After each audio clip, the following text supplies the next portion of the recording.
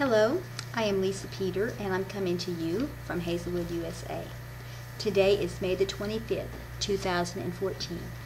My devotion today is Created He Them. Embrace your differences. Genesis 1:27 says, So God created man in his own image. In the image of God created he him. Male and female created he them. So God, we know God is a spirit, and they that worship him must worship him in spirit and in truth. That's John 4:24. 1 John 1:5 says, God is light, and in him is no darkness at all. If there's no darkness, there's no shadow. There's no blurring of the lines. It's light. It's yea, nay. It's precept upon precept. All his word lines up, and it's all there for a purpose. We know that God's image is an imitation, representation, similitude of any person, thing, or act. It's sculptured, drawn, painted, or otherwise made perceptible to the sight, a visible presentation, a copy, a likeness, a picture, a semblance, a conception, an idea. So we know that being made in God's image, we are made like him. We are made in his image. We know that it talks about Jesus being made, Colossians 1:14-16, in the image, in whom we have redemption through his blood, even the forgiveness of sins. Who is the image of the invisible God? You can't see a spirit, but you can see Jesus, the firstborn of every creature. For by him were all things created, that are in heaven and that are in earth, visible and invisible, whether they be thrones or dominions or principalities or powers. All things were created by him and for him. Who was created in his image? Genesis 5:2 says, Male and female created he them, and blessed them, and called their name Adam, in the day when they were created. We know that the importance of being male and female, the differences. There are differences that we're supposed to embrace. We know that on the ark, Noah was told to take male and female. Genesis 7:3, to keep seed alive upon the face of all the earth. 7:9, male and female, as God had commanded Noah. It's important, the difference between male and female. Matthew 19:4 says, Have ye not read that he that which made them at the beginning made them male and female? Mark 10:6, But from the beginning of creation God made them male and female. The woman, what's her role? Is she supposed to be the same as a male? No. Genesis 2:22, And the rib which the Lord God hath taken from man made he a woman. Why? To be a helpmeet, to be a companion. Genesis 3:16, Unto the woman he said, I will greatly multiply thy sorrow, and thy conception in sorrow. Thou shalt bring forth children, and thy desire shall be to thy husband, and he shall rule over thee. The woman is supposed to be a mother. The woman is supposed to be a wife. Deuteronomy 22:5 tells us we're supposed to dress differently. The woman shall not wear that which pertaineth unto a man, neither shall a man put on a woman's garment. For all that do so are abomination unto the Lord thy God. Abomination means to make him sick. It's confusion. It's mass confusion. Pertains to means prepared for. Pants or trousers refer to men. There have been questions that have come up like, who wears the pants in the family?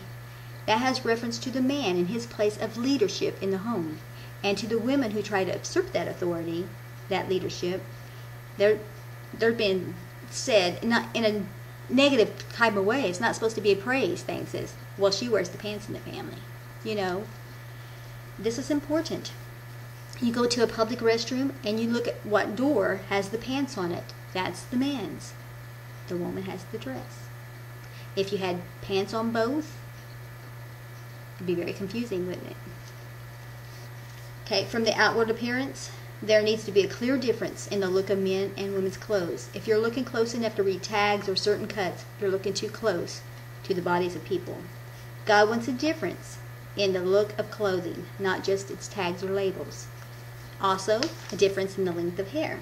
1 Corinthians 11, 14 and 15 says, doth not even nature itself teach you that if a man have long hair, it is a shame unto him, but if a woman have long hair, it's a glory to her, for her hair is given her for a covering. If men dressed like men and had short hair like men should have, and women dressed like they should and had long hair, then no one would have to wonder to tell if they were male or a female. The whole unisex fashion system, the same clothes and hair, is a work of Satan, just like he told Eve in the garden. Eat of this fruit. It's just going to make you like God. It doesn't matter. It doesn't matter. Well, that same lie has been passed down to to the people today, and it causes confusion. It's resulted in unrest. Women want equal rights. They weren't happy just enough to wear the man's clothing. Now they want their jobs, they want their pay, they want their position, etc. Women want equal rights. The man's roles have been diminished. The homes are shattered. Many men leave and desert their roles as priest of the home because they don't feel like they're even accepted or appreciated. There's no good role models. Girls don't like being girly girls or prissy. They grow up being tomboys and don't learn to nurture and care for their dolls and learn the ways of motherhood. They don't think anything about aborting their babies or leaving babies in other people's care. They want equal rights, equal pay. In today's world, women are given the superior treatment over men. Men feel like they're not appreciated. They turn to crime, pornography. They take on femininity. I can't pronounce that word. And I believe that they turn to more creative type of jobs, like in the fashion world and flower arranging, cake decorating, etc. And there's nothing wrong with those positions. And I believe some men that might be the only job they can get. But I think a lot of times that is the role reversal. I believe that a lot of times it's when they become more sissified and, I don't need to belabor that point. You already know what I'm talking about. Women become career-oriented. They take on duties good for men. They require physical labor. They become manly and contrary to feminine nature. This also aborts the roles as their wife as mother, and many become masculine as well. They forsake the role of a woman, being a wife and a mother. But embrace your differences. I tell you today, embrace your differences. Men be men. Women be women. Husbands, love your wives as Christ loves the church. Women, obey thy husbands and honor them. Respect your husband. Make him feel like a man. Make him feel like he's wanted and needed and appreciated. And, your honeymoon doesn't have to stop right after you're married. It can go on forever. It can become deeper. Your love for one another become more deeper. And your children and your grandchildren can see, hey, this is how a man's supposed to act. This is how a woman's supposed to act. This is how you're supposed to treat it. We be the role models for the generation coming up today, because the world is not going to teach them what I'm telling you today. Let's put things in order and proper perspective. Train up our children right. And our children, if there's any children listen to me, you obey your parents. Obey your parents and honor them. Your Christian parents. Your parents is obeying what I just told today. The men being men, the women being women. You obey them. You learn from them. And let's put things in order and proper perspective. Be glad you're who you are and what God designed you to be. Honor God by obeying His word. Trust in Him. He's going to make it work out. Thank Him for His design, His master plan. Have good, solid Christian homes. Put God first, then family, then church and others.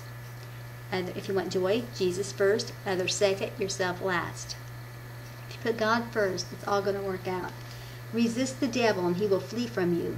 Get back under the covering of God's blessing. Women, you have angels over your home for your obedience. There's angels. It says the woman have long hair, because of the angels. It's a glory unto her because of the angels. You have glory. You bring glory to your home for your obedience. Men, you have authority over your home with Christ as the head and you as the priest of the home. You have the greatest role of your family. You have opportunity to provide. You have opportunity to teach and to be that leader. Take back your God-given role.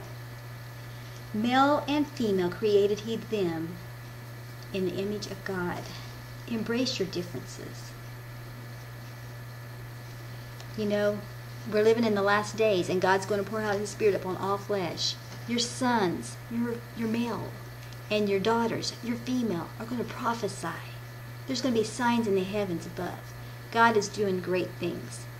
Let us be the light to the world. Let us be made in His image. Our song list today, I've got quite a few songs, but Tell Them For Me. That's a song talking about them. I wanted to get the word them. It created He them. I wanted something about them.